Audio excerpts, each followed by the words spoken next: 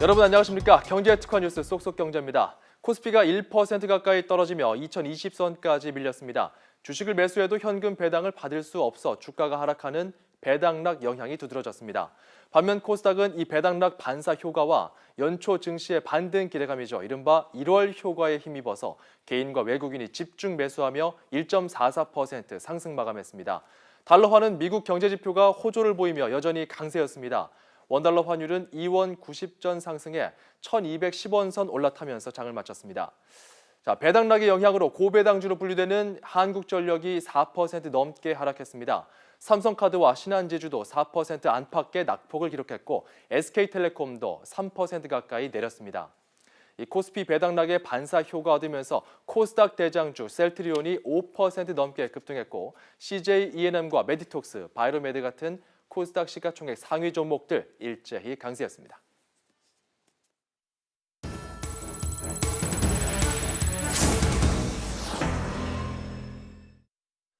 네, 올해도 어김없이 13월의 보너스라고 하는 연말정산의 계절이 돌아왔습니다. 아는 만큼 누린다고 하는데 올해가 다 가서 혜택을 누릴 게 없다면 내년에 바뀌는 제도에 대비하는 것도 방법입니다. 이정미 기자와 자세하게 알아보겠습니다. 자, 먼저 올해 연말정산 요령부터 좀 살펴보겠습니다. 가장 많은 사람들이 받는 혜택이 바로 카드 소득공제가 아닐까 싶은데요. 혜택이 더 많다고 또 체크카드만 쓰는 것도 답은 아니라면서요? 네, 신용카드와 체크카드를 적절한 비율로 사용하는 게 좋습니다. 이젠 아시는 분도 꽤 많으실 겁니다. 연말정산의 황금 비율, 신용카드 25%, 체크카드 75%입니다. 할인이나 포인트 혜택이 많으니까 일단 최소 한도인 25% 정도는 신용카드를 쓰라는 겁니다. 하지만 올해 연봉의 25%도 소비하지 않았다면 굳이 계산할 필요도 없습니다. 연봉이 3천만 원이라면 25%인 750만 원 이상을 카드로 썼어야만 소득공제를 받을 수 있습니다. 이 밖에 렌즈나 안경, 자녀의 교복이나 체육복 구입비도 소득공제 받을 수 있고요. 학교에 들어가지 않은 자녀의 학원비도 공제 대상입니다. 연봉 7천만 원이 넘지 않는 무주택자가 월세를 살고 있다면 월세의 10% 소득공제가 가능합니다. 네.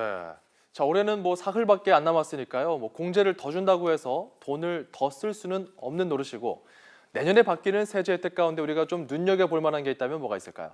네, 내년부터 세제 혜택이 확대되는 게 있고 축소되는 게 있습니다. 예. 먼저 내년에 축소되는 분야, 대표적인 게 저축성 보험입니다. 5년 이상 납입하고 10년 이후에 찾는 목돈을 찾는 보험인데요. 주로 노후 자금 마련하려고 많이 가입하시죠. 지금은 저축성 보험 1인당 보험료가 2억 원 이하면 이자에 대한 과세가 없습니다. 하지만 내년 2월부터는 보험료 1억 원까지만 비과세 대상입니다. 또 매월 나눠내는 적립식도 한 달에 내는 보험료가 150만 원 이하여야지만 그 소득공제를 받을 수 있다는 기준이 새로 생겼습니다. 그래서 5년 납입을 하게 되면 이게 9천만 원이 됩니다. 그럼 최소한의 월 적립식 보험의 납입이 현재 9천만 원 이렇게 되는 거죠. 그렇게 되면 일시납과 기본적으로 균형을 맞춘다 이렇게 본 거고. 저축성 보험 비과세 혜택이 얼마나 줄어드는지 예로 들어보겠습니다. 40살인 사람이 매월 200만 원씩 20년 동안 넣는 저축성 보험에 들었다고 해볼까요? 60살이 되면 원금 4억 8천만 원에 이자 1억 2천만 원을 받을 수 있습니다. 지금은 이자 1억 2천만 원엔 세금을 부과하지 않습니다. 하지만 내년 2월 3일 이후에 보험에 가입하면요. 이자 1억 2천만 원에 15.4%를 세금으로 내야 합니다.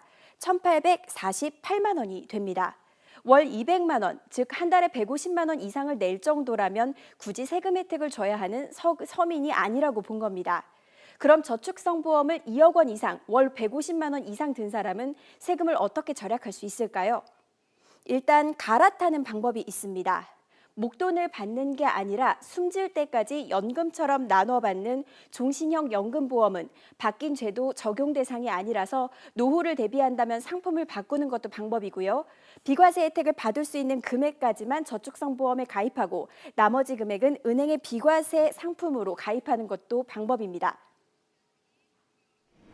개인 종합 자산관리 계좌 ISA를 이용하시면 일반형은 200만 원, 서민형은 250만 원까지 계좌에서 발생한 이자 및 수익에 대해 비과세 혜택을 받으실 수 있습니다.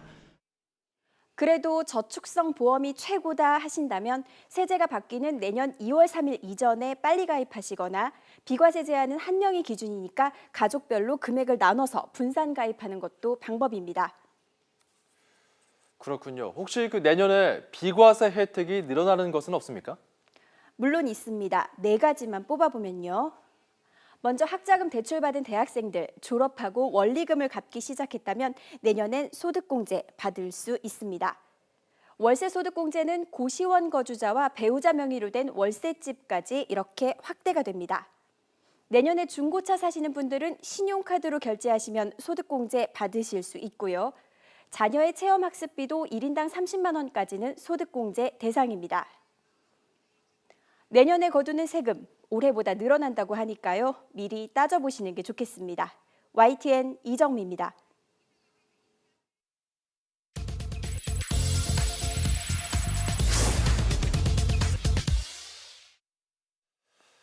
억대 연봉, 월급쟁이들의 로망이라고도 할 수 있는데요. 지난해 억대 연봉을 받은 직장인은 약 60만 명으로 조사됐습니다. 국세청이 발간한 2016년 국세 통계 연보 내용을 자세하게 살펴보겠습니다. 자, 먼저 지난해 소득 기준으로 전체 연말정산 근로자 1,733만 명 가운데 연간 총 급여액이 1억 원이 넘는 사람은 59만 6천 명으로 지난해보다 13.3%, 7만 명 정도 늘었습니다. 자, 2010년까지만 해도 42.3%에 이르던 연봉 1억 원 초과자 증가율은 점차 둔화했습니다. 2012년부터 4년째 10%대에 그치고 있습니다. 자, 또 근로소득 연말정산 대상자의 평균 급여액은 3,245만 원으로 전년보다 2.5% 늘었습니다. 지역별로 보면 울산의 평균 급여액이 4,100만 원으로 가장 많았고 세종이 3,679만 원을 기록해 3,635만 원을 제치고 서울을 제치고 2위에 올라섰습니다.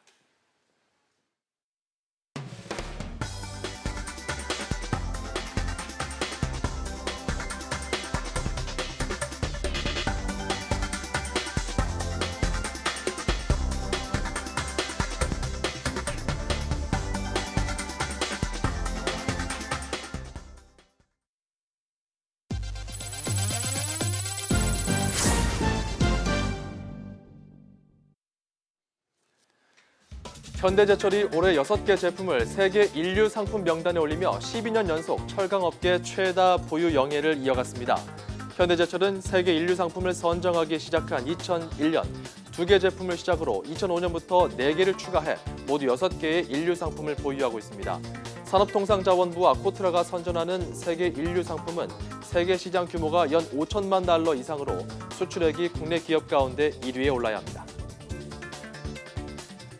내년 아파트 일반 분양 물량을 가장 많이 공급하는 건설사는 GS건설로 20개 단지 19,800여 가구이고 현대건설이 12,600여 가구, 현대산업개발 12,400여 가구로 그 뒤를 이었습니다. 부동산 포털 닥터아파트 집계 결과 4위는 대우건설, 5위는 대림산업, 그리고 6위부터 10위까지는 중흥건설과 효성, 롯데건설, 동양건설 등의 중견건설사 약진이 두드러졌습니다. 닥터아파트는 내년에는 공공택지 분양 물량이 줄어든 반면 서울과 부산 등 대도시의 재개발, 재건축 분양이 크게 늘었다며 2014년 이후 정비사업 수주를 가장 많이 하는 건설사가 내년 이후에도 분양 물량 상위권을 차지할 것으로 내다봤습니다. 삼성전자가 내년 1월 5일부터 나흘간 미국 라스베이거스에서 열리는 세계 최대 가전전시회 CES에서 신제품을 대거 선보입니다. CES 혁신상을 받은 로봇 청소기 파워봇 신제품이 공개될 예정인데 기존 제품보다 높이가 낮아져 가구나 침대 아래 등에 쉽게 들어갈 수 있다는 것이 특징입니다. 사운드바와 무선 오디오, 초고화질 블루레이 플레이어 등 홈 오디오 제품 3종도 공개합니다. 산업연구원 보고서를 보면 국내 대리운전 업체 수는 8,300여 개, 대리운전 기사 수는 최소 11만 명으로 추정됩니다. 대리운전 요금은 85% 이상이 8,000원에서 2만 원대 사이였고 근무 시간은 하루 평균 8시간, 운행 횟수는 하루 평균 5.5회로 집계됐습니다.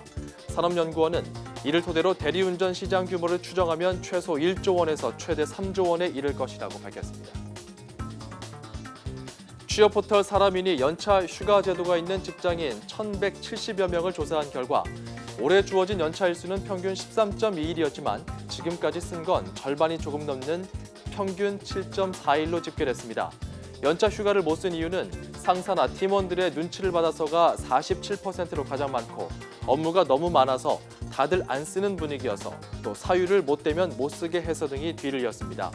남은 연차 휴가에 대해서 수당을 받는 것과 모두 쓰는 것 가운데 선호하는 방식은 휴가 사용이 60%, 수당으로 지급하는 방식이 40%였습니다.